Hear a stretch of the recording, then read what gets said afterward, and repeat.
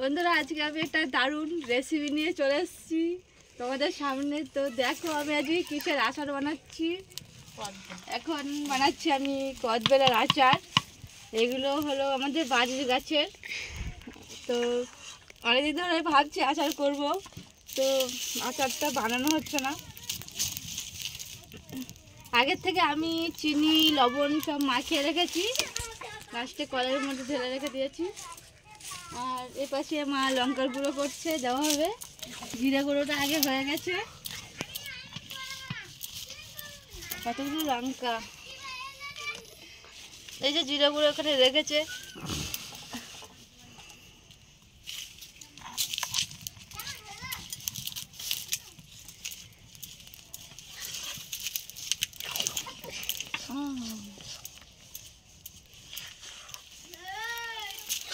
আমি আচার বানাতে পারি না, সবাই কমেন্ট করে বলবে কিভাবে আচার বানাতে হয়। তো পরের বারে আবার তোমাদের কাছে শুনে আবার নতুন করে বানাবো। এখন ঠিক মতো বানাতে পারছি না।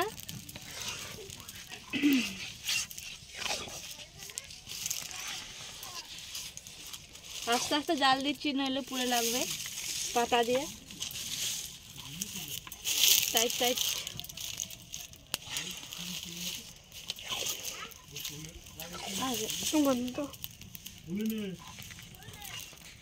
যখন টাইট হবে তখন দেবো, তাই না? লঙ্কার গুঁড়ো, ওই জিরে গুঁড়ো, তাই না? এখন তো ঢিলা আছে, পুরো চিনি গলছে। এপাশে ভাত বসানো ছিল, রান্না হচ্ছিলো, রান্নার উনুনে আচার বানানো হচ্ছে। তো ওইদিকে ভাত হয়ে গেছে, আচারটা বানানো বাকি আছে।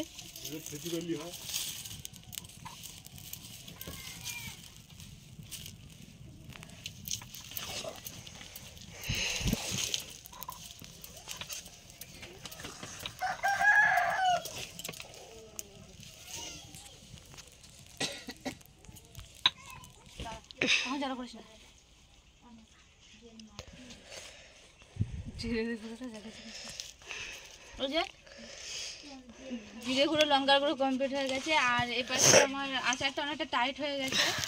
তো লঙ্কার গুঁড়ো জিরে গুঁড়োগুলো আমি সব দিয়ে দেবো। এখন মিশিয়ে মিশিয়ে দিয়ে দিচ্ছি। হাত লাগাবো না, কারণ হাতে আমার জ্বালা করবে হাত দিলে। এই জন্য খুন্তি দিয়ে করে দিচ্ছি।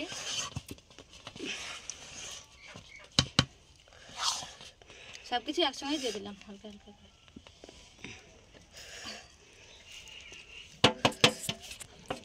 লাইট জ্বলছে কেন ফোনে? জিরেগুলো দিয়ে দিলাম, পুরো টাইট হয়ে গেছে। আর বেশি টাইট করলে মানে চিনি দেওয়া আছে, লেগে ধরছে, পুড়ে উঠছে। ওই জন্য আর বেশি টাইট করবো না। আচারটা হয়ে গেছে, জিরেগুলো দিয়ে দিয়েছি, হয়ে গেছে। বন্ধ করে দে। আমার আচার বানানো কমপ্লিট হয়ে গেছে।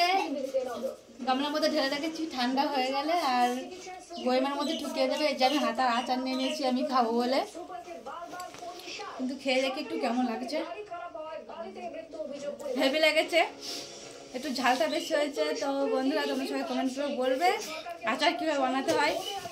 আর ভিডিওটা বেশি বড় করবো না, দেখা হচ্ছে পরের ভিডিওতে। বন্ধ করে দেবো।